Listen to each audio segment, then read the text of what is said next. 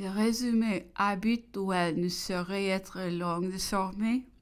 3 phrases à la rigueur pourraient suffire. Tourment au comble, réclusion absolue, destruction infaillible. Le reste de la vie de Napoléon ne sera plus qu'une cruelle et longue agonie. On a vu que l'arrivée du nouveau gouverneur avait été pour nous le signal d'une sinistre existence. Peu de jeux avions suffi pour dérouler ces dispositions malfaisantes. Bientôt les tourments, les outrages dont il se dit l'intermédiaire, ou qu'il cria lui-même, feront au comble. Il frappa de terreur les habitants à notre égard. Il accumula sous nous les vexations les plus ridicules. Il nous défendit d'écrire sans le lui avoir communiqué à ceux même auxquels il ne nous interdisait pas de parler librement. Il invita à dîner chez lui le général Bonaparte pour le faire voir à une dame de distinction qui s'y trouvait en passant. Il arrêta lui-même un de nos domestiques.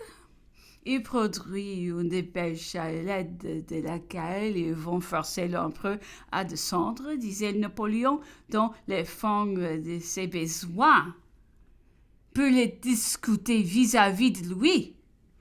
Il le harcèle pour fournir un argent qu'il n'a pas et le conduit à force de réduction dans les stricts nécessaires à briser et vendre son argenterie dont lui, gouverneur, fixé d'autorité des taux et l'acheteur. Il nous taxe ridiculement à une potée de 20 par tête, l'empereur compris. Il marchande notre existence et mon vie, l'air que je respire, disait l'empereur, et ce qui nous envoie pour notre subsistance se trouve parfois et souvent de telle nature que nous sommes réduits à en emprunter au convoisin. Il tend un piège à Napoléon, se faisant une joie de l'espoir de lui transmettre en personne est avec pompe une communication qu'il appelle ministérielle et qui se trouve tellement brutale qu'il refuse d'enlacer copie. Il signifie à l'empereur les règlements les plus extravagants. Il resserre capricieusement et ironiquement son essaim habituel lui prescrit la trace de ses pas et va jusqu'à lui vouloir fixer la nature de ses conversations et l'étendue de ses paroles. Il creuse des fossés au-dessus de nous on tue des palissades, élève des redoutes, il nous oblige pour pouvoir demeurer auprès de l'empereur et signer individuellement que nous nous soumettons à toutes ces choses. Il se sert de nos propres mains pour le dégrader en nous forçant de le qualifier Bonaparte, sous peine de nous arracher immédiatement d'auprès de lui et de nous déporter sur le champ. L'empereur, poussé à bout par d'aussi ignobles traitements et d'aussi gratuites méchancetés, sans explique son réserve vis-à-vis de Sir Hudson lui-même. Ses paroles ne ménageant plus rien, il se délivre pour du jeu de son odieux vœu et prononcer qu'il ne le rêvera jamais. Les plus mauvais procédés des ministres anglais n'est pas désormais de m'avoir envoyé ici, lui a-t-il dit, mais bien de m'avoir placé dans vos mains. Je me plaignais de l'admiral votre prédécesseur, mais du moins il avait au cœur. Vous déshonorez votre nation et votre nom restera une flétrissure.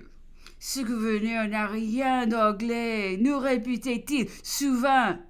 Ce n'est qu'un mauvais sbire de Sicile. Je me plaignais d'abord qu'on m'envoyait un geôlier.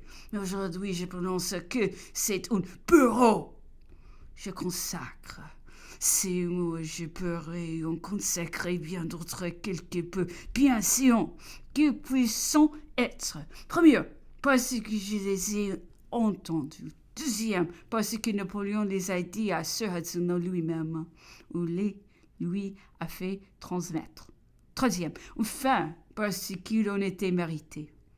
Dans ce gouverneur, au grand scandale des Anglais même, qui, sur les lieux, ont témoigné le profond dégoût, a abusé arbitrairement, oppressivement et brutalement tout pouvoir qu'il avait exercé au nom d'une nation si éminemment recommandable par tout le globe.